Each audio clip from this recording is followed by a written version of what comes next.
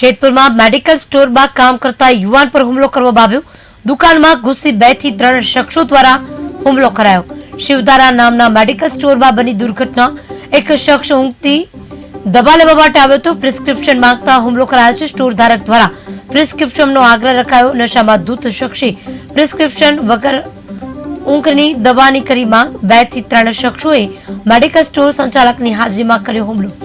કામ કરનાર યુવાનને ટીકા પાટોનો માર મારી ઈજાગ્રસ્ત કર્યો। સમગ્ર બનાવ સીસીટીવી કેમેરામાં કેદ થયો। પોલીસે ઈજાગ્રસ્ત યુવાનની ફરિયાદ નોંધતા તજવીજ હાથ ધરાઈ।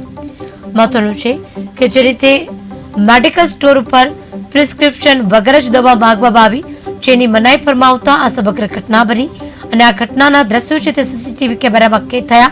ઊંઘની દવા માટે ડોક્ટર દ્વારા પ્રિસ્ક્રિપ્શન જરૂરી હોય છે અને પ્રિસ્ક્રિપ્શન આપી ત્યારબાદ જ ઊંઘની દવા આપવામાં આવતી હોય છે, પરંતુ જે કસ્ટમર આવ્યા હતા તેમણે પ્રિસ્ક્રિપ્શન વગર જ દવા માંગીનો આગ્રહ કર્યો અને ન આપતા આ સમગ્ર ઘટના બની। જોકે આ સમગ્ર ઘટનાના જે દ્રશ્યો છે તે સીસીટીવી કેમેરામાં કેદ થયા, જેના આધારે પોલીસ ફરિયાદ નોંધાઈ છે અને તેના આધારે પોલીસે કાર્યવાહી હાથ ધરી છે।